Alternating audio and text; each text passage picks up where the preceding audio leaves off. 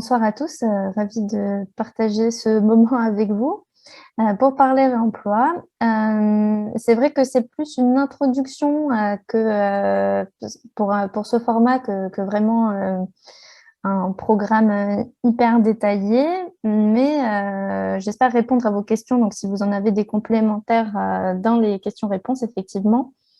Donc, ce soir, le but, c'est plutôt de répondre aux questions, qu'est-ce qu'on entend par réemploi, pourquoi et comment réemployer, et voir un peu les freins, les opportunités qu'il y a en ce moment et les perspectives.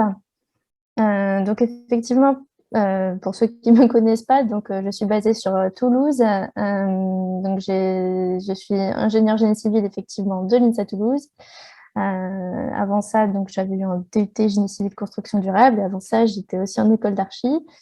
Et enfin voilà, donc j'ai créé Cambia en juin dernier, puisque je suis convaincue que les processus de construction doivent accélérer leur mutation pour tendre vers plus de frugalité et de bon sens. Et effectivement, j'ai deux pôles qui, pour moi, se rassemblent en fait, puisqu'ils ont les mêmes objectifs, préserver les ressources et plus globalement aller vers des projets soutenables. Et donc, j'aide plutôt en assistance à maîtrise d'œuvre, mais je pourrais être aussi en maîtrise d'ouvrage, en assistance à maîtrise d'ouvrage, les concepteurs et donc les décideurs potentiellement à mettre en place des stratégies favorisant l'économie circulaire et l'implication des usagers sur leurs projets. Et donc, sinon, en parallèle de mon activité professionnelle, je co-anime aussi le réseau Frugalité Heureuse et Créative, donc toujours avec les mêmes objectifs, du coup, au niveau toulousain. Voilà. Donc, pour ce soir, comme on le disait, il y a 3 temps. Premier temps, donc, sur les enjeux et le contexte. Donc, deuxième temps, sur concrètement ce qu'implique le réemploi sur la gestion du patrimoine du projet architectural. Et enfin, les freins et opportunités du réemploi, de ce qu'on disait, pareil. Donc, à chaque fois, 3 temps, donc 3 temps de questions-réponses pour essayer justement d'être un peu plus dynamique, vu qu'il y a pas mal d'informations malgré tout. Donc, on va rentrer dans le vif du sujet maintenant. Donc, effectivement, le réemploi, c'est une pratique qu'on a presque, on va dire, toujours connue, donc qui est pratiquée soit parce que par nécessité, évidemment, si on a besoin de faire des économies, soit par opportunité parce que la ressource est sur place. Et l'objectif, donc, c'est de transformer cette pratique en vraiment pratique systématisée et donc formalisée aujourd'hui. Et juste une petite précision en introduction, effectivement, quand on pense à matériaux de réemploi, on pense aux matériaux de deuxième vie, bien sûr, issus des déconstructions. Mais aujourd'hui, on inclut aussi donc, les matériaux de première vie qui auraient pu être jetés à la benne et qui finalement sont sauvés et donc revalorisés. Et donc, à ce moment-là, ça concerne plus les erreurs de commande, les excédents de stock, les chutes sur chantier, etc. Mais c'est vrai que la majorité, bien sûr, reste les matériaux issus de déconstruction. Et donc, pardon.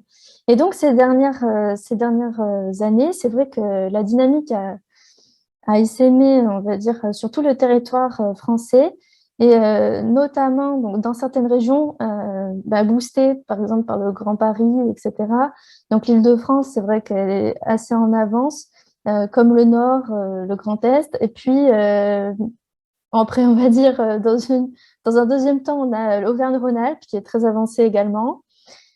Puis, on va dire la Nouvelle-Aquitaine, la Bretagne, et qui suit donc l'Occitanie et les autres régions, donc PACA et Corse, qui suivent donc ce mouvement. On va dire que c'est vrai qu'il y a eu différents projets européens de recherche, etc., qui font qu'aujourd'hui, certaines régions sont plus avancées que d'autres.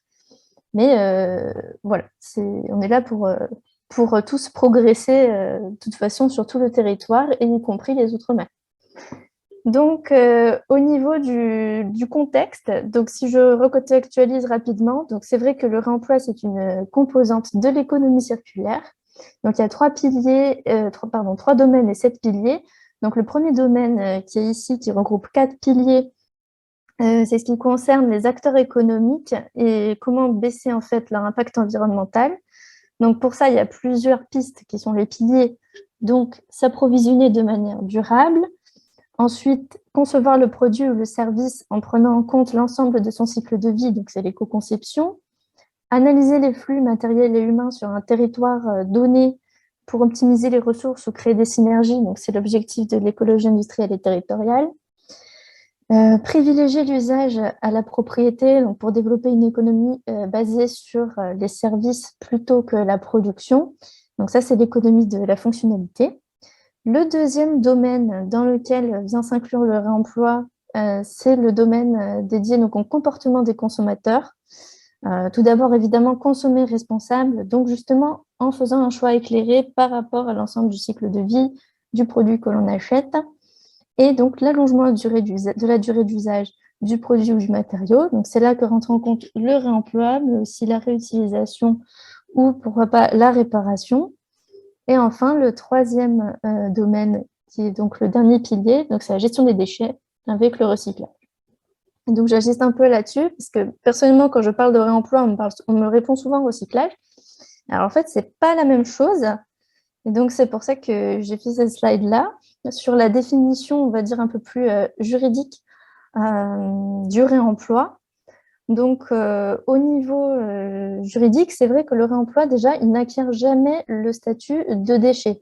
Donc, c'est vraiment un bien ou une ressource avec donc un nouvel usage, on va dire, qui devrait être identique. Donc, par exemple, une porte qui resterait une porte et la matière qui reste intègre. Ensuite, donc, on a la réutilisation, c'est juste pour faire la différence. Donc, au niveau de la loi en France, la réutilisation, on est déjà passé en fait dans le statut de déchet. Sauf qu'en pratique, on n'est pas obligé en fait En fait, on peut contourner ce statut de déchet puisque ce qui compte dans le statut de déchet, c'est le fait pour le maître d'ouvrage d'avoir la volonté de se défaire du matériau. Donc, si on prépare un contrat de vente ou une convention de don qui montre qu'on a trouvé un débouché pour le matériau, à ce moment-là, en fait, ça sera pareil que du réemploi en pratique. La différence, ça réside dans l'usage qui est détourné. Donc, par exemple, une porte qui devient une table. Et la matière reste pratiquement intègre ou intègre. Et ensuite, donc, troisième point, donc, le recyclage, qui lui est différent puisqu'on vient déstructurer la matière pour reformer donc, soit le même produit, soit un produit différent. Donc là, on est vraiment sur un déchet qui est valorisé. Et c'est beaucoup plus énergivore, même si c'est toujours mieux qu'autre chose, effectivement, on va dire sur la frise de la hiérarchie de traitement des déchets. Le mieux, évidemment, ça reste de conserver la ressource. Si on ne peut pas, on la réemploie. Si on ne peut toujours pas, on la réutilise. Et évidemment, si c'est toujours pas possible, on la recycle. À défaut, on essaie de la valoriser par incinération. Et évidemment, ce qui est à éviter, c'est donc l'enfouissement, donc le stockage en centre dans les techniques d'enfouissement. Mais il faut savoir qu'aujourd'hui, sur le total des déchets enfouis, il y a quand même un déchet sur 5 qui est un déchet inerte et qui pourrait très bien être revalorisé. Donc, on a encore évidemment du progrès à faire là-dessus. Et donc là, en fait, comme on parle des enjeux et du contexte, je voulais vous faire un petit sondage, si vous voulez bien répondre à 4 questions en fait, qui correspondent aux 4 chiffres clés en fait, entre guillemets, que je voudrais vous faire deviner, pour ensuite donc répondre ensemble à ces questions. Donc, je vais le lancer. Déjà, la première question devrait vous apparaître. Donc, je vais vous laisser un petit temps.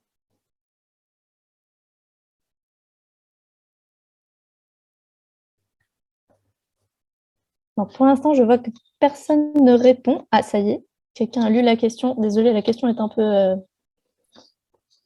un peu embêtante à lire.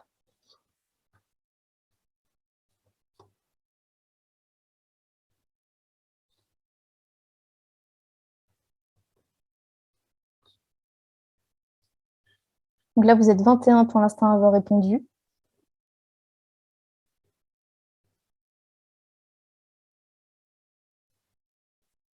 27, donc vous êtes pratiquement tous à avoir répondu.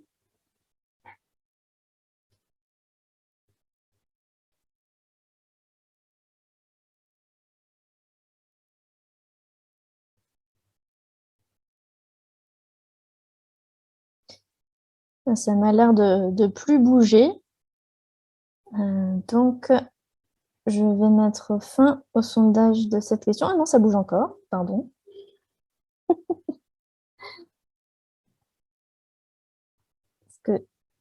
Et là, normalement, ça devrait plus bouger. OK. Donc, si je mets fin au sondage, je partage les résultats. Donc, il y a une majorité de votants qui pensent que dans le bilan carbone sur l'ensemble du cycle de vie, donc, les matériaux de réemploi ne représentent que 46% du bilan, les matériaux, pardon, tout court, les constituants, représentent 46%. Alors, en vérité, ça représente 56%. Donc là, je vais arrêter le partage et donc lancer le... Voilà, 56%. Donc, en fait, ce qu'on voit, c'est que ça, c'est des chiffres de l'ADEME. Si on fait le bilan carbone d'un bâtiment, donc qu'on prend en compte aussi l'énergie qui était nécessaire à extraire les matières et fabriquer ensuite les constituants du bâtiment, que ce soit les matériaux ou les produits qui le constituent, cet impact, ce poids en fait de ces constituants représente 56% du bilan carbone. Donc les 44 autres pourcents, ce sont ceux dus aux consommations énergétiques du bâtiment. Et c'est vrai que ces dernières années, on s'est beaucoup axé sur les consommations énergétiques du bâtiment. On a des bâtiments de plus en plus performants et c'est très bien. Mais en vérité, si on regarde, le ratio est quand même de 60-40. Donc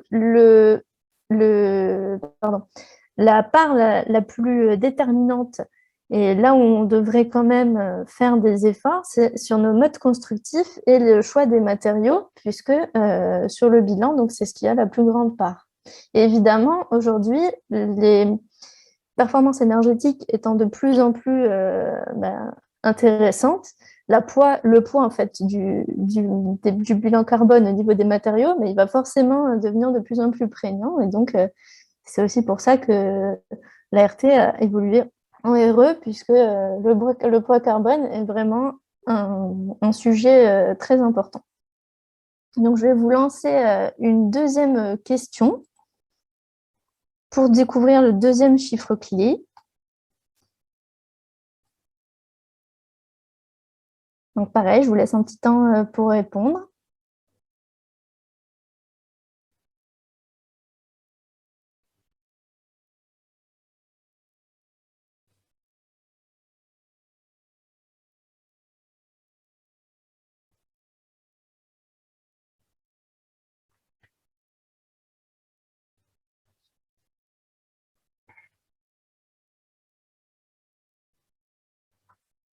Donc là, vous avez presque tous répondu.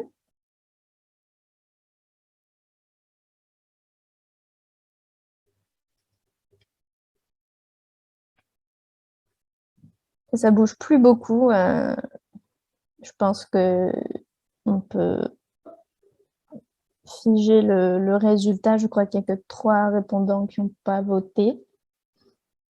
Ouais, ça bouge vraiment plus. Donc, si je mets fin au sondage et donc que je partage les résultats, donc vous avez tout à fait raison. Donc, le réemploi génère 50 fois plus d'emplois qu'une filière de recyclage. Donc, j'arrête le partage. Donc, ça, ce sont les données d'une ONG qui s'appelle Gaia, qui regroupe plusieurs ONG en vérité. Et en fait, si on regarde au niveau même enfin, si on va plus loin sur la comparaison, par rapport à une filière d'élimination classique des déchets, le réemploi génère 200 fois plus d'emplois. Donc, on voit qu'il y a vraiment un potentiel sur le réemploi. Donc, si je vous adresse la troisième question, qui porte sur les déchets. Donc là, pareil, je vous laisse un petit temps.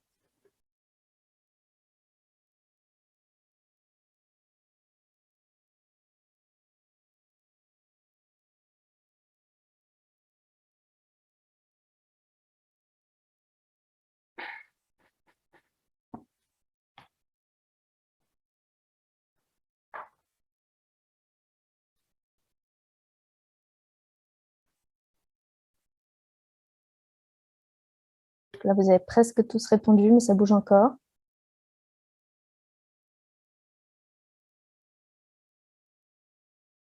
J'attends pour voir si les résultats se figent.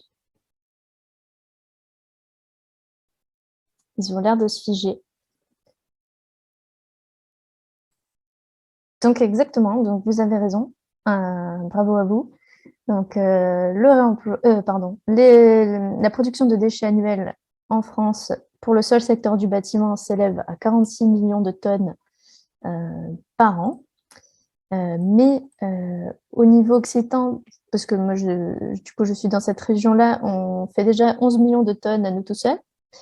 Mais en fait, ce qu'il faut surtout voir, c'est que les 46 millions de tonnes, au final, si on rajoute les travaux publics et donc on englobe le BTP, on monte à 250 millions de tonnes. Donc au final, le bâtiment ne produit que 20% des déchets du secteur bâtiment et travaux publics. Et sur ces 250 millions de tonnes, ça représente 70% des déchets générés au total en France chaque année. Donc, il y a quand même un poids colossal du secteur de la construction en général sur la production de déchets. Et justement, la dernière question porte sur le réemploi de ces déchets. Donc, ça va aller assez vite.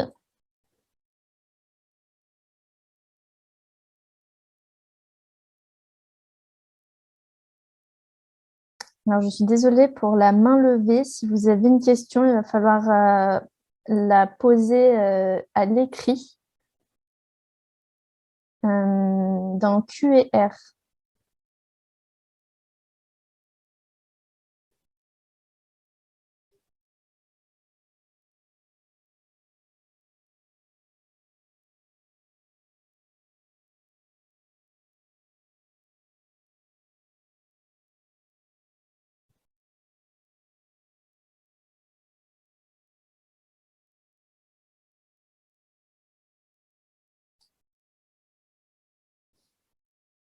Donc là, pareil, les résultats se sont figés. Et encore une fois, donc bravo à vous, effectivement, 1%. Et en fait, c'est même moins d'1%. Sachant que sur l'ensemble des matériaux qui pourraient être, on va dire, valorisés, il n'y en a vraiment que 2% qui sont des déchets dangereux et à peu près moins de 10% qui sont totalement inexploitables. Donc, sur la valorisation, bon, là aussi, en incluant le recyclage, il y a quand même pas mal de marge de manœuvre. Évidemment, sur le réemploi, une très grosse marge de manœuvre. Donc, pour finir sur cette partie, au niveau des enjeux macro, donc, pour massifier le réemploi, on va dire, comment faire? En fait, en résumé, c'est que le contexte est globalement favorable au réemploi, mais il y a des efforts qui restent à fournir pour tendre à cette massification. Par exemple, au niveau réglementaire, il y a des évolutions tout à fait favorables, comme par exemple donc la loi anti-gaspillage et économie circulaire, donc AGEC, ou la RE 2020. Donc les deux, par exemple, la loi AGEC se concentre par exemple sur il y a le décret en fait pour le diagnostic produits, matériaux, équipements, déchets, donc qui va permettre d'avoir une déconstruction plus systématique et donc un réemploi plus systématique. On a la responsabilité élargie du producteur qui s'étend au bâtiment depuis cette année, qui conseille, enfin, ou recommande du moins à la commande publique de veiller au recours des matériaux de réemploi. Donc, c'est une loi tout à fait favorable. Et la RE 2020, elle, en comptant en fait comme nul les matériaux de réemploi au niveau carbone, ça permet dans le calcul d'avoir un avantage certain. Et cependant, donc cette évolution, elle est quand même assez rapide. Les décrets ne sortent pas tous, certains sont assez en retard quand même. Et malgré tout, en fait, les entreprises, comme ça évolue très rapidement, à peu près tous les 6 mois, c'est assez compliqué de pouvoir s'adapter aux nouvelles exigences sur le terrain, donc c'est quand même un enjeu.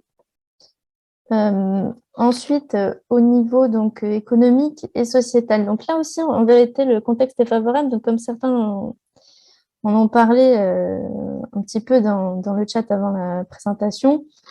Donc, le prix des matières premières a augmenté, les délais d'approvisionnement se sont rallongés. Donc, si on a des difficultés pour s'approvisionner de l'extérieur, autant s'approvisionner au niveau local. Et donc, le réemploi est une solution pour ça. Il y a aussi de plus en plus de labels qui incluent le réemploi ou parfois des appels à projets qui donnent droit à des subventions pour le réemploi.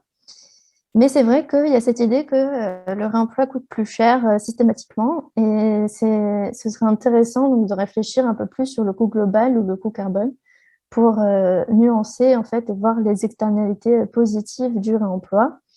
Au niveau donc sociétal, comme on disait aussi, il faut continuer à former les entreprises, mais aussi les concepteurs, et aussi faire mieux coopérer les acteurs existants. Parce que comme moi, par exemple, on est tout seul, comment finalement on s'allie à d'autres acteurs du réemploi et comment on forme une filière pérenne et du coup efficace.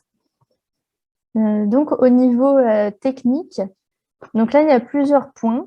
Donc, déjà, il faudrait pouvoir concevoir en anticipant le cycle de vie au maximum, c'est-à-dire réfléchir à quel mode constructif pour faciliter la future déconstruction du projet. Donc, dès le départ, penser à la fin de vie de l'ouvrage, mais aussi à comment allonger sa durée d'usage en pensant donc réversibilité ou adaptabilité. Et évidemment, qu'est-ce qu'on peut conserver sur place, comment on peut réemployer aussi sur place et comment on intègre donc la deuxième vie, ça, j'en parlerai tout à l'heure. Évidemment, penser aussi à l'échelle du territoire, quelle synergie on peut créer, quelle circularité interchantier, par exemple, on peut envisager. Donc, ça rejoint pas mal de réflexions sur l'urbanisme circulaire. Et évidemment, massifier et uniformiser surtout les process. Donc, c'est encore un enjeu aujourd'hui, puisqu'il y a beaucoup de documentation qui a été produite de très bonne qualité depuis quelques années. Mais l'enjeu, c'est de centraliser ces informations et de les diffuser.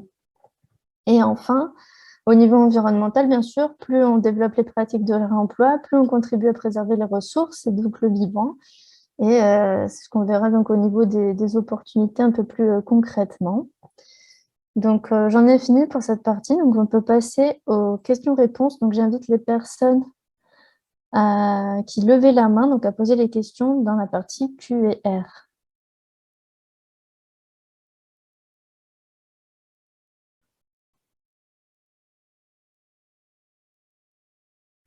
Pour l'instant, il n'y a pas de questions. Ah, deux participants ont levé la main. Et comme je disais, c'est pas... Je peux pas en fait actionner ce fonctionnement sur ce mode ici. Les questions doivent se poser à l'écrit. Oui, Anne-Marie Lanta, peut-être que vous nous avez rejoint un peu plus tardivement. En effet, au niveau des modes de communication, vous ne pouvez pas échanger oralement avec Sandrine. Donc, vous avez un onglet questions-réponses dont le sigle est Q et R. Et si vous cliquez sur cet onglet, une fenêtre apparaît et vous pouvez formaliser vos questions. Voilà, c'est parfait. Et si jamais vous deviez ne pas y arriver, hein, pour X raison, une ergonomie différente du fait de votre navigateur, n'hésitez pas à poser vos questions dans l'onglet discussion. Je serai vigilante. Sandrine, il y a déjà 3 questions. Je coupe mon micro. Alors, oui. Alors, pour la question de Dimitri HR, on va répondre dans une autre partie. Et pour Cécile Bricot, comment intégrer des matériaux de réemploi dans les ERP par rapport aux normes sécurité incendie?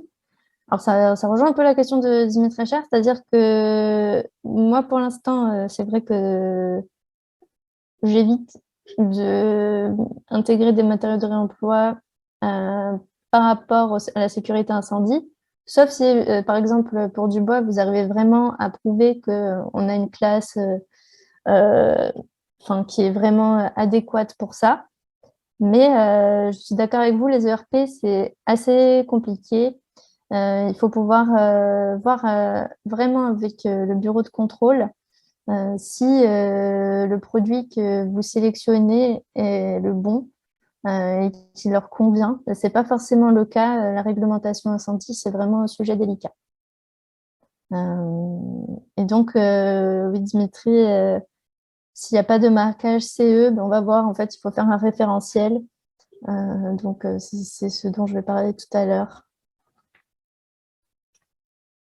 Je pense qu'il n'y a pas d'autres questions.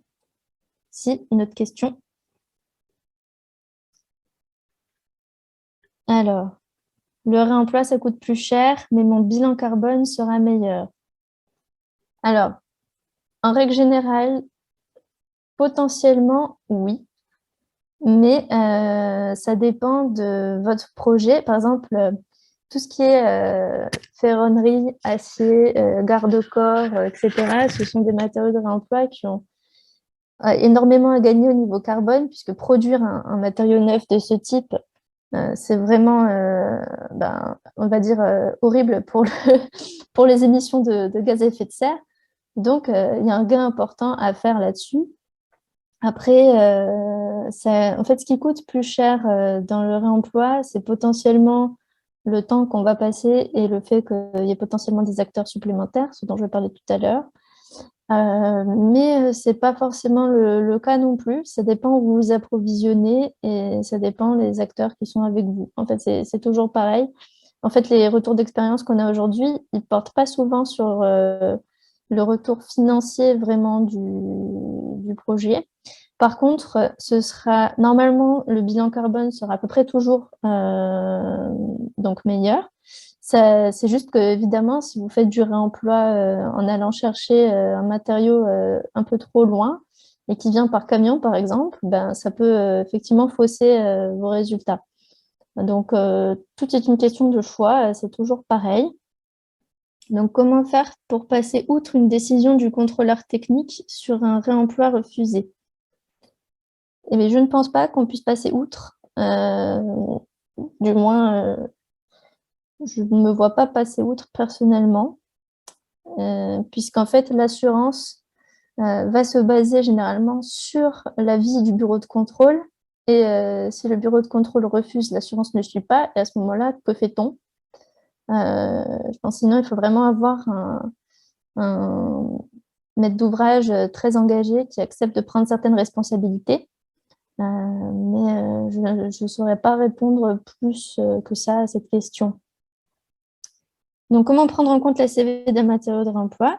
Ben, effectivement, donc, si vous faites un calcul RE 2020, d'habitude, donc, il y a des FEDES qui indiquent effectivement un certain poids carbone. Mais là, en fait, vous ne le comptez pas le matériau en lui-même. Par contre, s'il y a des transports qui sont liés à son acheminement ou tout autre élément de son cycle de vie qui devrait être pris en compte, celui-là, il sera pris en compte.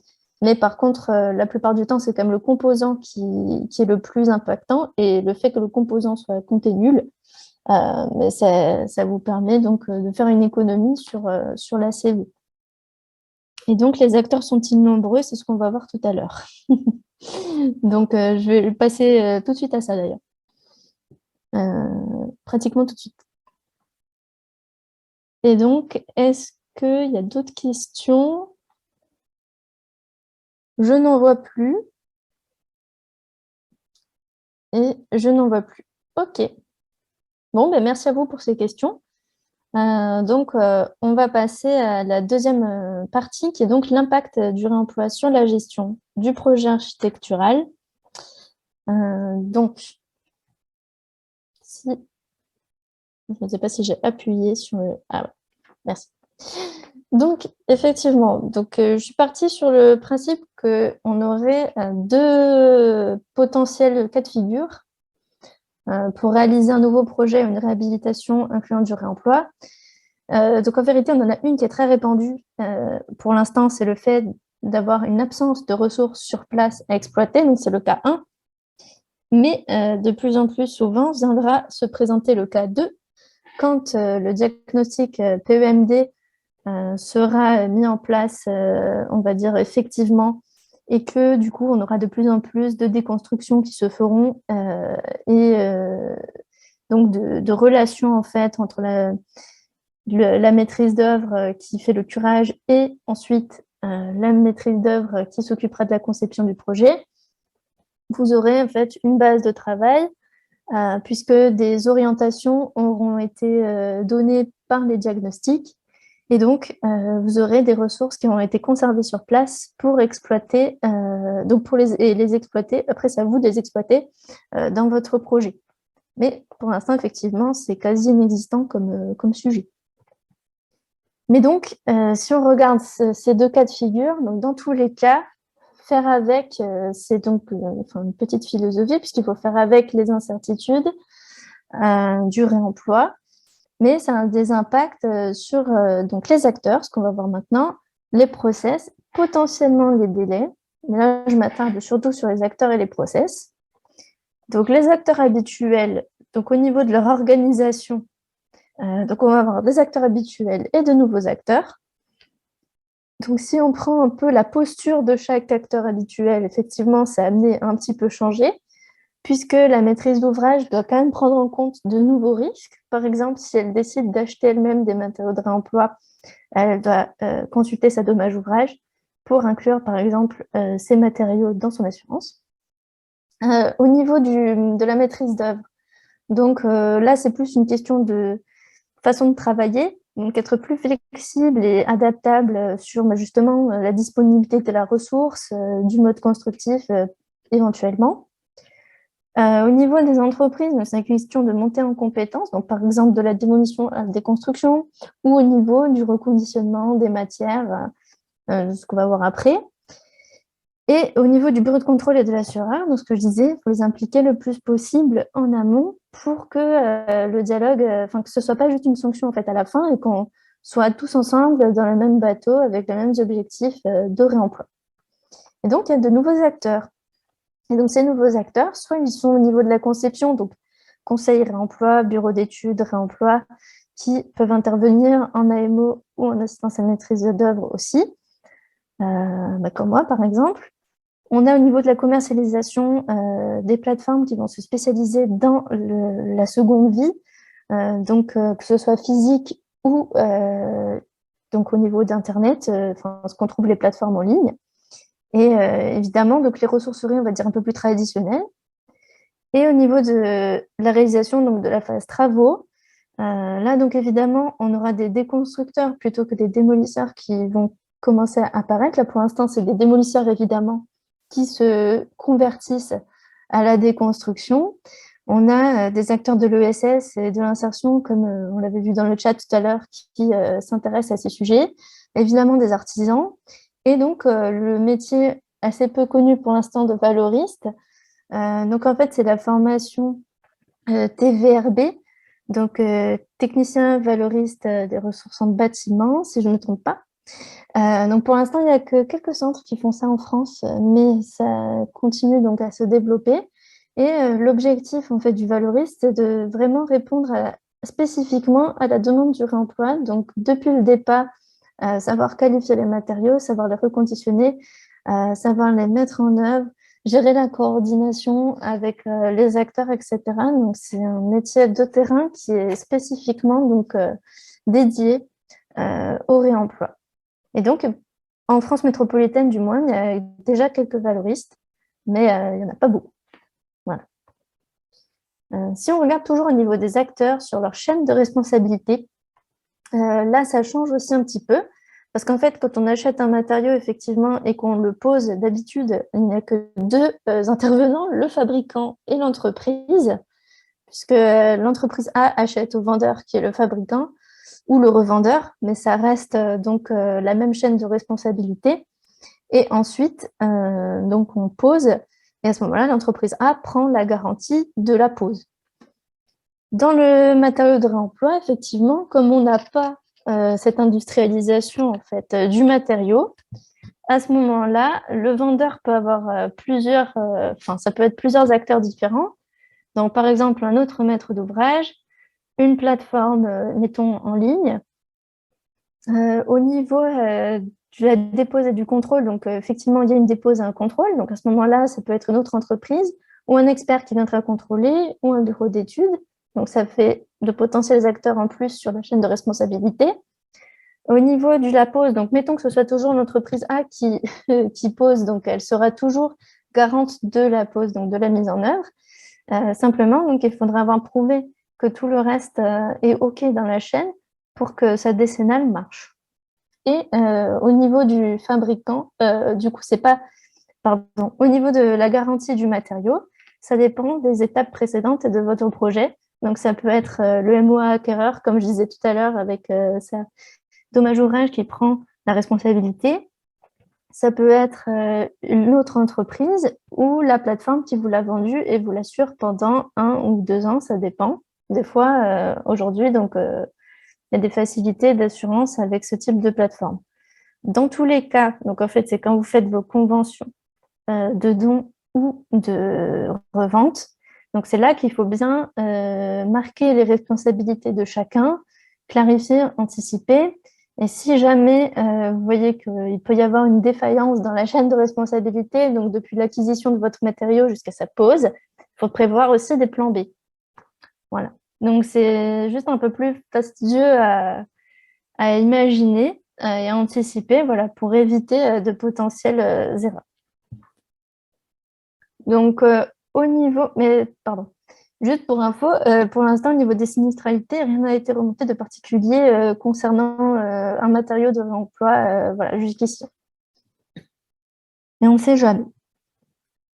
Donc, si on passe l'impact du réemploi sur le process, alors là, c'est vraiment, on va dire, le projet d'archi de l'esquisse à l'exécution, on va dire, sur l'échelle de temps. Donc, évidemment, au début, en fait, la stratégie, ça va être de s'ajouter au processus habituel, puisqu'il faut rendre potentiellement donc, des livrables à chaque phase du projet architectural. Et selon les matériaux de réemploi visés, on peut toucher le paysagiste, le bureau structure, n'importe. Le principe, donc, c'est d'abord d'étudier la faisabilité, donc en pesant un peu les pour et les contre, donc les potentiels et les risques, en se posant les questions suivantes, par exemple, quels matériaux peut-on réutiliser pour quel emploi? Donc, trouver un tandem matériaux et usages qui correspondent. Comment va-t-on prouver l'aptitude à l'usage de ces matériaux? Donc, est-ce que ça va être plus ou moins facile pour peser donc, le pour et le contre, compte tenu des problèmes donc, réglementaires et assurantiels qui pourraient engendrer? Est-ce que ça va être disponible, donc facile à trouver aussi dans ma localité? C'est pas forcément, voilà, une réponse positive à cette question. Et aussi, est-ce qu'on aura besoin, par exemple, de requalifier le gisement, par exemple avec un reconditionnement? Est-ce qu'on a les compétences humaines dans la localité aussi pour le faire? Et donc, si on regarde tout ça, donc on a notre faisabilité. Et du coup, on a des gisements qui vont être ciblés dans le cas où on a donc le cas 1 qui est d'aller chercher 100% en externe où on a tout à imaginer. Donc, ce n'est pas le cas quand on a de la ressource sur place avec une base de travail. Donc, si on a tout à imaginer, on a plusieurs points à voir. Donc, dans une première partie, donc tout ce qui est traçabilité du gisement, parce que l'important, c'est d'aller du sourcing, donc ça veut dire de la recherche de matériaux, donc de là où on va l'acquérir jusqu'au chantier, de maîtriser toute cette traçabilité, qu'elle soit au niveau de la qualité ou au niveau logistique, pour s'assurer donc de la bonne acceptation après du bureau d'études. Donc pour ça, en fait, on va faire une sorte de référentiel qui va proposer donc des fiches produits, on va dire des fiches par type de gisement. On va se mettre d'accord sur des critères avec le bureau d'études, sur ce qu'on intègre ou pas. Enfin, généralement, c'est les grandes lignes en fait qu'on voit avec lui. Après, c'est à nous d'établir ces fiches produits. Et donc, de préférence, donc, il y aura forcément une partie qualité, une partie logistique qui va suivre chaque gisement. Et ensuite, cette traçabilité, Donc, ça ira donc jusqu'à la mise en œuvre, puisque même au niveau de la mise en œuvre, on aura donc des contrôles pour vérifier si le jour de l'arrivée, par exemple, sur chantier du produit, il est toujours dans l'état dans lequel on a trouvé, nous, quand on a fait le contrôle initial du produit. Au niveau, donc, on va dire administratif, il y a toutes les questions sur les marchés. Donc, qu'est-ce qu'on fait comme clause concernant le réemploi? Est-ce qu'on a des descriptifs particuliers? Par exemple, si on n'a pas encore la ressource, à ce moment-là, on peut se laisser une petite place à l'opportunité, c'est-à-dire qu'on ne va pas forcément cadrer le format d'un carrelage si c'est trop contraignant après pour aller le sourcer. Est-ce qu'on a besoin de faire des variantes obligatoires ou pas? Est-ce que le réemploi, pour nous, ça va être une base ou une variante? Est-ce qu'on a besoin de faire un lot réemploi dans le marché? Et donc, voilà, c'est tout un tas d'implications qui dépendent en fait de la stratégie que vous aurez adoptée. Et donc, le sourcing peut intervenir à plusieurs étapes, puisque c'est en fait, une démarche itérative. Donc, vous pouvez déjà commencer, si vous avez vraiment ciblé des gisements qui vous semblent importants dès le départ, à les sourcer. Et sinon, laisser les entreprises les sourcer pour vous. Et à ce moment-là, il faudra faire attention au marché pour recruter donc, les entreprises qui ont les bonnes aptitudes qui vous iraient et qui seraient assez qualifiées donc, du coup, pour faire ce travail. Et contrario, donc si on a toutes les ressources en interne ou pratiquement toutes les ressources, donc ce qu'on disait avec une base de travail suite au diagnostic PEMD par exemple, à ce moment-là, en fait, on n'aura pas toute la partie traçabilité, elle va être beaucoup plus allégée puisque on aura déjà une matière qui est sur place, donc il faudra bien sûr faire attention au vol et à la qualité, donc au fait qu'elle soit protégée et qu'elle ne se détériore pas le temps que vous pensiez le projet et ensuite que vous commenciez la construction. Mais il n'y aura pas forcément toutes ces contraintes, on va dire, de traçabilité voilà, à mettre en œuvre. Et au niveau donc, du marché, c'est pareil du coup, puisque comme vous avez déjà les ressources, ça simplifie un petit peu les choses aussi. Au niveau des stratégies, vous avez moins de choix à faire. Voilà. Donc là, effectivement, on va passer aux questions-réponses pour cette partie. Alors, j'espère que j'ai été assez claire. Alors, le diaporama nous sera-t-il communiqué? Oui. Je ne sais pas. Oui. Oui. Je pensais que oui, mais j'étais pas sûre. Donc, je laisse. Oui. Très bien. Et le webinaire est enregistré, bien sûr, et diffusé. Super. Et donc, savez-vous si les PMD pourront être faits par des archis? Alors, pour l'instant, ça reste flou. Alors, pourquoi? Parce qu'en fait, il faut justifier quand même d'une compétence déchet. Alors, moi-même étant, par exemple, ingénieur génie civil, j'ai pas forcément la compétence déchet. Donc, soit il faut travailler avec des bureaux d'études qui font déjà des diagnostics déchets, soit on peut envisager la certification donc, de certaines formations qui sont en train de se monter ou qui se sont déjà montées, mais généralement qui sont destinées justement aux diagnostiqueurs déchets pour monter en compétences. Mais dans un deuxième temps, je pense que oui, nous pourrons, si les décrets sortent plus précisément, c'est-à-dire que pour l'instant, il y a des exigences, mais il n'y a pas forcément toutes les exigences.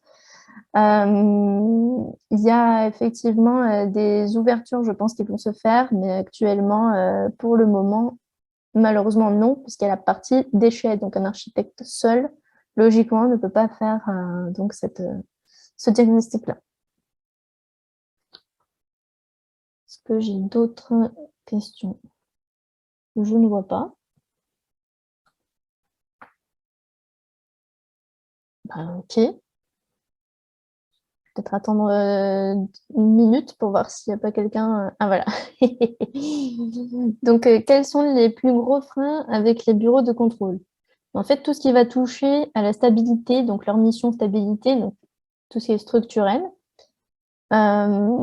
et aussi tout ce qui est attrait en fait à l'étanchéité, donc le clos couvert, ça peut aussi poser problème, puisque ce sont en fait comment dire, les composants qui ont le plus de sinistralité, en fait, globalement, c'est ça qui les gêne.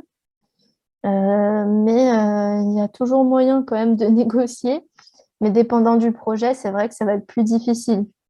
Moi, j'ai tendance à penser que si on est engagé dans une démarche de réemploi, sur un marché privé, ça va être plus facile que sur un marché public, puisque du moment que, par exemple, on fait un ERP, c'est assez difficile de convaincre un bureau de contrôle de venir, par exemple, avec des matériaux de sécurité incendie ou d'étanchéité qui soient de réemploi, puisqu'il faudrait vraiment les faire tester en laboratoire, etc.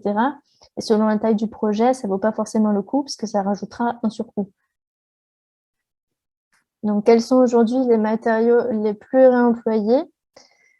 Alors, aussi bizarre que ça puisse paraître, les sanitaires, c'est donc tous les sanitaires.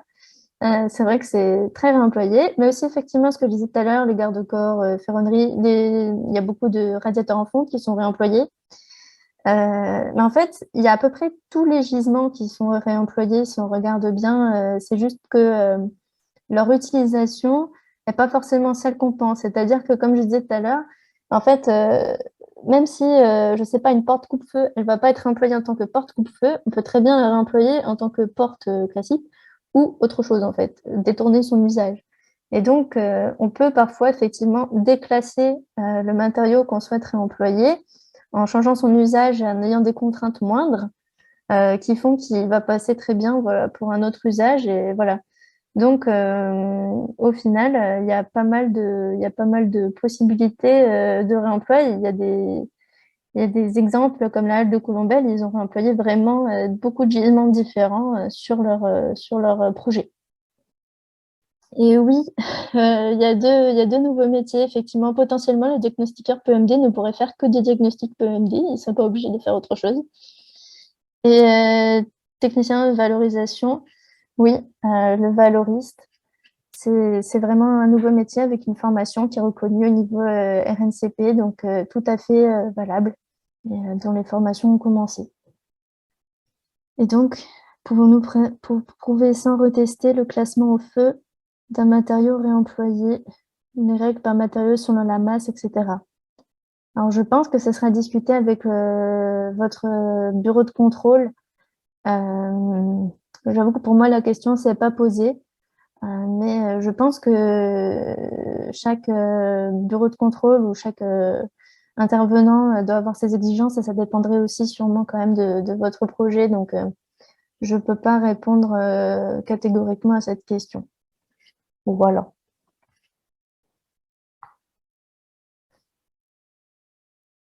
OK.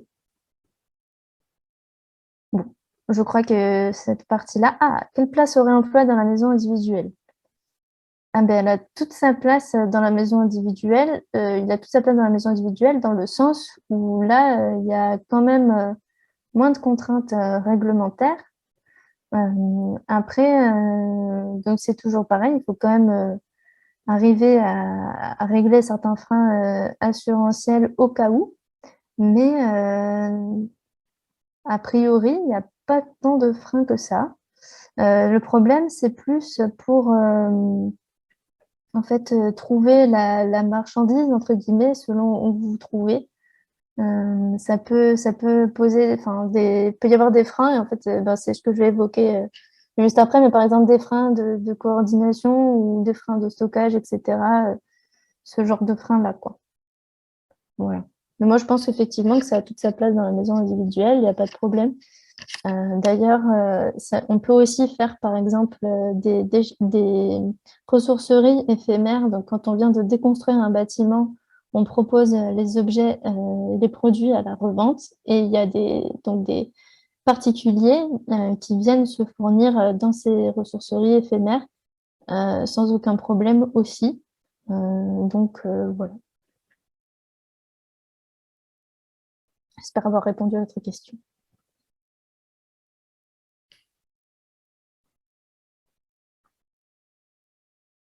OK. Donc, au pire, voilà, si vous avez une question, vous la tapez pour la partie 3. Et puis, de toute façon, la partie 3,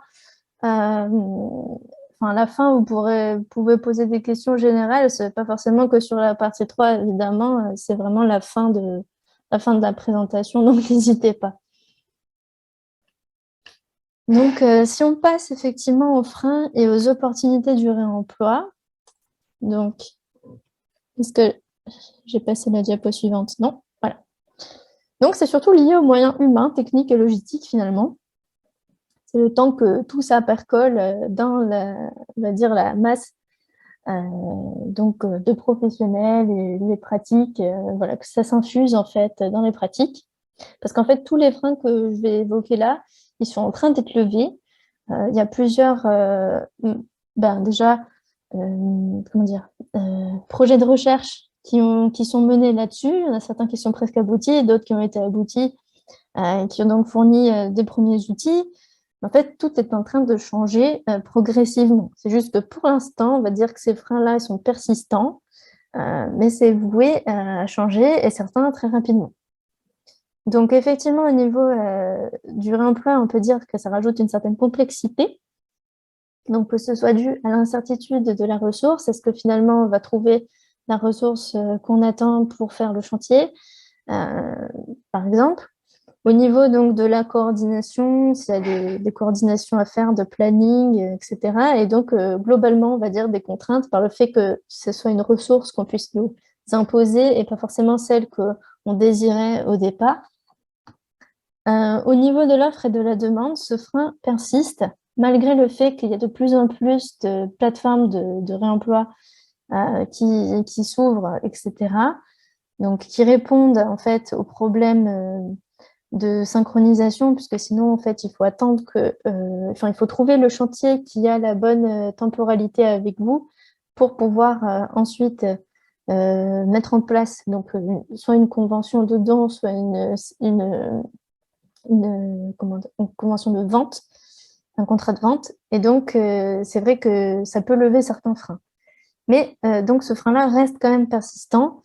Et même si en ce moment, par exemple, si on prend sur Toulouse Métropole, d'ici 2024 peut-être, on aura une plateforme qui permettra en fait à chacun en fait de mettre sa disponibilité sur une même plateforme. On pourra mieux avoir en fait un aperçu des flux qui permettra en fait de synchroniser d'une meilleure façon l'offre et la demande. Et donc, si on n'a pas la possibilité d'être en flux tendu et d'avoir une parfaite coïncidence entre les deux, on est obligé de stocker. Et donc, on n'a pas forcément l'espace foncier pour le faire. Et donc, ce que je disais, donc soit les plateformes, ça peut être une solution parce que du coup, elles stockent déjà pour vous. Soit à ce moment-là, il faudrait penser à d'autres démarches, soit individuelles, soit collectives, par exemple, pour occuper temporairement des friches, des choses comme ça. Donc ça ne se fait pas tout seul et ça prend un peu de temps aussi à faire. Donc ça reste un frein. Et donc, on parlait de référentiel tout à l'heure. Alors effectivement, on n'a pas de marquage CE pour les matériaux de réemploi, à savoir que c'est en cours. Par exemple, pour les briques au Danemark, on a un fournisseur qui est en train de faire ce projet-là, qui est aidé aussi par un fonds européen et qui commence à développer donc, un marquage CE pour ces briques. Et il y a d'autres labels qui sont en cours aussi, comme en Angleterre, le Tree Reclaimed Material, désolé pour l'accent. Et donc là, pareil, par exemple, pour le bois, donc c'est voué à sortir donc pour labelliser du bois de réemploi. Voilà, donc en fait, les choses sont en train de bouger quand même. Mais de manière générale, effectivement, c'est une technique non courante, en tout cas pour la France, qui n'est pas reconnue par le CDP. Donc les assurances, il faut pouvoir les convaincre. Pour ça, il faut montrer l'aptitude à l'usage. Pour ça, il nous faut un mode de preuve, qui est donc cette espèce de référentiel dont je parlais, où on a une suite de fiches produits, où on aurait fait un travail pour avoir tous ces critères, etc., pour chaque type de gisement, et ensuite les faire valider au bureau de contrôle, sachant qu'on aura déjà parlé avec eux de ce sujet dès le début du projet. Pour info, donc il y a certaines fiches qui peuvent vous aider, qui sont sorties cette semaine du projet européen, donc FRCBE, donc avec Bellastock notamment pour la France. Et du coup, ça pose la question, donc ce mode de preuve et cette question sur l'aptitude à l'usage, ça pose la question de la caractérisation. Donc, de quelles données a-t-on besoin? Par exemple, certaines fois, donc c'est bien en fait si on a par exemple l'historique du bâtiment dans lequel le matériau se trouve, parce que ça peut être utile pour avoir une information sur son état, si on n'arrive pas à le voir forcément visuellement. On a donc une question aussi sur les contrôles. Donc effectivement, est-ce qu'on a besoin de faire des contrôles en plus en faisant venir un bureau d'études in situ, ou est-ce qu'on peut se contenter de notre contrôle visuel et de certains contrôles que nous, on pourrait faire? Tout ça, voilà, ça dépend du projet. Ou est-ce que carrément, il faut aller en labo si on a vraiment une grande quantité, par exemple, de produits qu'on aimerait réutiliser en structure et que potentiellement le bureau d'études, le bureau de contrôle vous dit oui, mais il vous faut un test, je ne sais pas, de compression, par exemple. Eh bien, à ce moment-là, si vraiment le gisement est grand et qui pourrait vous apporter un très bon bénéfice, qu'il soit financier ou environnemental, ça vaut peut-être le coup de faire ce test. Mais voilà, ça dépend toujours de la situation. Et après, bien sûr, donc, les performances sanitaires aussi. Donc, il faut penser que certains, par exemple, matériaux de réemploi, donc certains matériaux anciens ont été potentiellement traités avec des produits, des perturbateurs endocriniens, par exemple, aujourd'hui, et que même si leur quantité a peut-être fortement diminué, ben, on ne sait pas en fait si ça émet toujours ce genre de perturbateurs endocriniens. Donc, parfois, il vaut mieux abstenir que de prendre un matériau qui vous semble potentiellement traité. Et au niveau réglementaire, donc évidemment, les performances, qu'elles soient mécaniques, incendie, ça c'est à voir aussi dans le référentiel et si vous en avez besoin. Donc, au niveau du budget, donc, ce qu'on disait, le surcoût. Alors, soit le surcoût parce que vous faites l'acquisition d'un matériau qui a fait l'objet d'une déconstruction et pas d'une démolition, et le maître d'ouvrage, du coup, qui fait cette déconstruction, vous fait payer une partie du délai, imaginons, de la déconstruction, donc dans le prix final auquel vous achetez le produit. Le surcoût parce qu'il vous faut un test justement en laboratoire, mettons. Voilà, donc c'est potentiellement des surcoûts. Et bien sûr, puisque vous faites intervenir aussi une entreprise plus qualifiée dans les marchés de travaux, etc. Mais ça peut être compensé par justement l'économie du transport, l'économie de l'achat du neuf, si le différentiel entre l'achat du matériau de réemploi et le matériau neuf est quand même assez fort. Ça peut être aussi compensé, comme on disait tout à l'heure aussi, selon votre projet, par les externalités positives. Si pour vous, le fait d'avoir un impact environnemental moindre et que là, ça change quelque chose, vous pouvez avoir droit à une subvention supplémentaire ou quelque chose comme ça peut aussi changer la donne.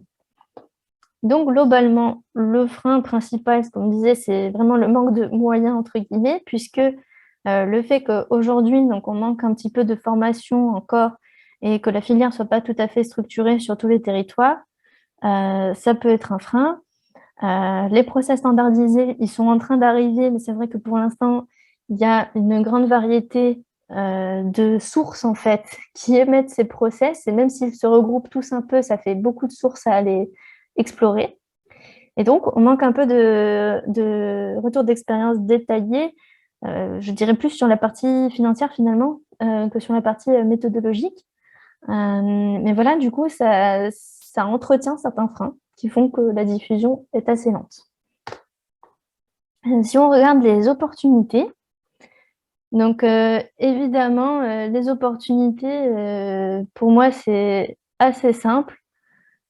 C'est vraiment le niveau environnemental et apporter de la valeur au territoire par le fait qu'on crée des emplois et qu'on crée une dynamique. Alors, si on va dire, si on regarde un peu principalement ce qui change au niveau environnemental, c'est bien sûr qu'on baisse les émissions de gaz à effet de serre par rapport au transport, puisqu'on parle d'acheminement généralement qui est local, donc moins de transport en perspective. Une extraction des ressources qui est limitée puisqu'on n'utilise pas de matières premières pour reproduire un matériau, vu qu'on l'a déjà. Donc ça, on est bon. Et au niveau donc des déchets, vu qu'on évite de générer des déchets, on évite leur production et leur retraitement. Donc ça aussi, au niveau environnemental, c'est bénéfique. Et en moyenne, on estime qu'un matériau de réemploi, en fait, son impact carbone est 5 à 20% celui de l'équivalent d'un matériau neuf. Donc c'est quand même très intéressant de les intégrer à nos projets. Donc au niveau, je sais pas pourquoi ça marche plus du coup. Voilà. Donc, comme je disais, donc sur l'Aéro 2020, on passe à 0 kg CO2 équivalent par mètre carré de surface de plancher. Donc c'est très intéressant puisqu'ils sont comptés comme nuls. Au niveau économique, donc si on a déjà de la matière in situ, donc si on a dans le cas 2, où il y a un diagnostic PEMD, etc., là, le gain financier va être direct puisque vous n'aurez pas acheté ce matériau du tout, qu'il soit neuf ou de réemploi. Au niveau social, donc c'est un gain en savoir-faire puisque le réemploi fait monter en compétence toute la chaîne d'acteurs.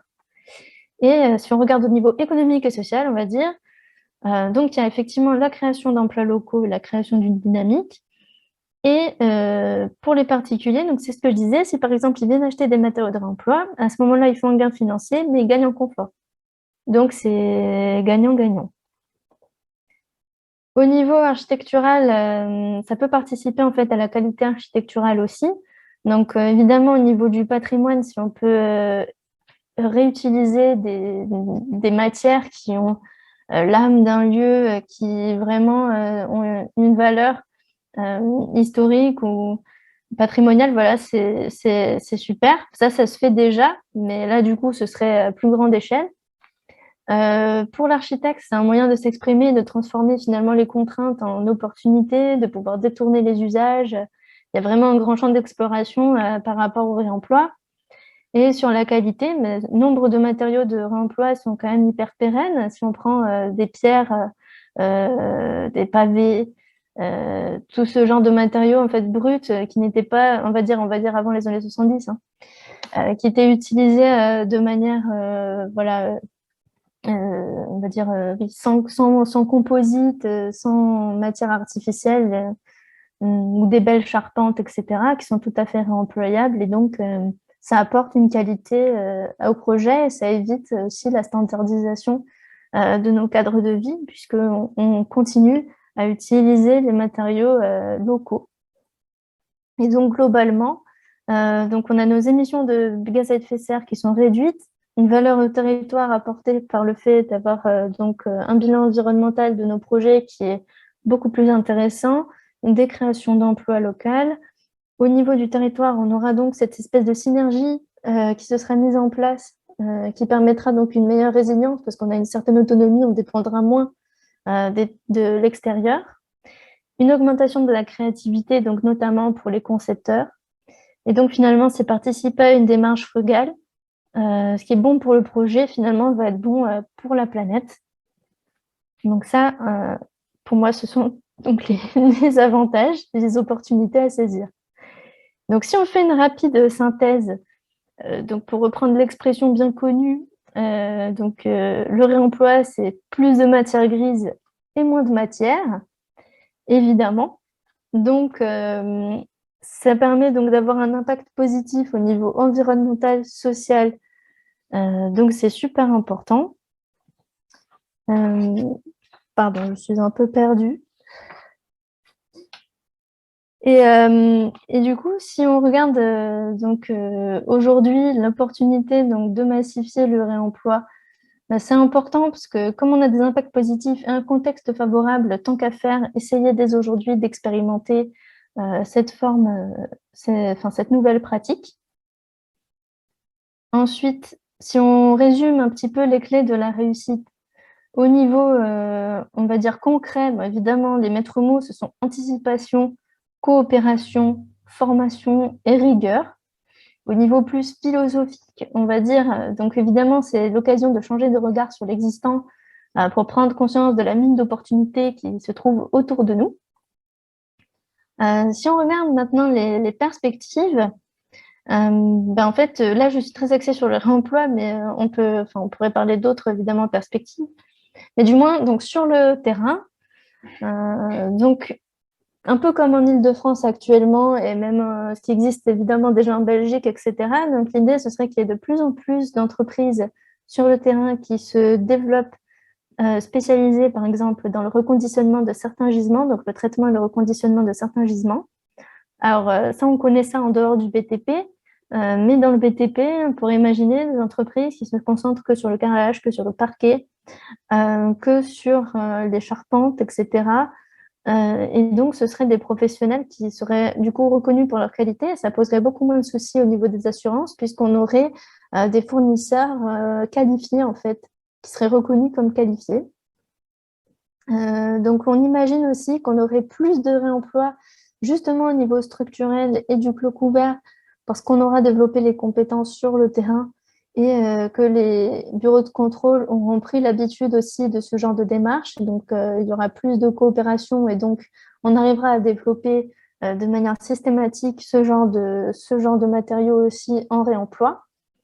Une plus grande interactivité aussi avec les travaux publics, parce qu'il faut savoir que, donc, comme on a vu, les déchets générés par les travaux publics sont énormes, et même si aujourd'hui on le valorise, par exemple sous forme de granulats, sous couche routière, etc., il y a moyen de plus valoriser. Donc là aussi, il y a des projets de recherche qui sont en cours. Et notamment, si on regarde l'Occitanie, donc on s'intéresse beaucoup à la valorisation des terres excavées, puisque dans la construction, si on prend par exemple la construction terre crue, mais c'est vrai qu'il y a un assez gros potentiel et donc de réemploi sur place des terres pour les projets. Un peu plus technologique pour les diagnostiqueurs. Donc effectivement, si on fait un diagnostic aujourd'hui, on va sur place, on fait nos relevés, on prend nos photos. Et puis si on a oublié de relever une dimension, ben, en fait on est obligé potentiellement de retourner sur le chantier où on était, c'est pas forcément la porte à côté. Et donc grâce à la photogrammétrie et la lasergrammétrie, donc ils sont déjà développés par endroit. En fait, on vient avec un scan 3D mais prendre toutes les cotes automatiquement et prendre en photo, ou même avec un drone, donc prendre en photo l'extérieur cette fois-ci. Et ça nous permet de pouvoir remesurer avec nos photos justement les cotes qui nous manquaient. Donc ça nous évite de revenir sur le chantier. Donc ça peut être intéressant à l'avenir. Donc on peut imaginer aussi une augmentation de la demande en réemploi, puisque les exigences réglementaires vont être de plus en plus drastiques, on va dire, notamment la RE 2020, donc ces seuils carbone, pour l'instant, ils ont une certaine valeur, et puis au fur et à mesure des années, ils vont commencer à se réduire, donc ils seront plus exigeants, et donc c'est pour ça que, voilà, pour moi, le réemploi, c'est forcément une alternative qui va devenir systématique et plus une alternative, du coup. Il y a aussi la possibilité que dans certains appels à projets, dans certains appels d'offres, donc le réemploi devienne obligatoire à un certain pourcentage. Alors, pour parler de Toulouse, c'est potentiellement ce qui peut arriver, parce que c'est en discussion. Donc, de mettre par exemple 5% de réemploi obligatoire à chaque projet public qui sort. Et au niveau de la conception, donc, ce qu'on disait, une généralisation des diagnostics et donc de la déconstruction, ce qui fait qu'on aura de plus en plus de matières disponibles pour le réemploi, qu'il faudra donc intégrer dans d'autres chantiers. Donc, ça participe à cette économie circulaire. Au niveau de la façon d'appréhender un projet, effectivement, de penser toujours conservation, démontage à long terme, adaptation du projet. Donc, en fait, toute la chaîne de réemploi, donc tout le cycle de vie. Et au niveau donc, du BIM, effectivement, il y a différentes choses qui sont sorties, on va dire, entre le réemploi et le BIM. Il y avait l'idée des puces RFID, il y avait l'idée donc d'un pass matériaux relié à la maquette. Enfin voilà, il y a aussi des pistes pour faciliter aussi ensuite la transmission des informations au maître d'ouvrage et garder une traçabilité pour les futures déconstructions du coup de ces projets. Et donc au final, on peut penser qu'on aura plus de territoires circulaires et de chantiers circulaires et donc que Au niveau urbain, donc comme on en parle aussi de plus en plus, on aura ces analyses de flux systématiques qui feront qu'on optimisera les ressources potentiellement en fait, de plus en plus jusqu'à ce que ce soit un mode, une pratique courante. Voilà. Après, jusqu'à un certain point, bien sûr, on ne pourra pas faire 100%, mais c'est quand même intéressant. Et pour terminer, il y a juste aussi, donc, comme on parlait tout à l'heure d'économie de fonctionnalité, il y a aussi des projets qui essayent de contourner justement les freins un petit peu assurantiels en proposant un monitoring en fait, des performances. Donc, durant plusieurs années, ils se proposent donc de contrôler justement s'il y a une sinistralité ou pas, ou s'il y a des changements, par exemple, au niveau de la structure. C'est pas forcément en France que ça se passe, mais plus au Royaume-Uni. Mais on peut imaginer que ça se passe en France aussi. Et donc, c'est un service finalement qu'on vend plus que le matériau en lui-même. Et ça permettrait de contourner voilà, certains freins aussi. Voilà, voilà. Donc, je vous remercie pour cette écoute et je vois qu'il y a déjà des questions dans le Q&R.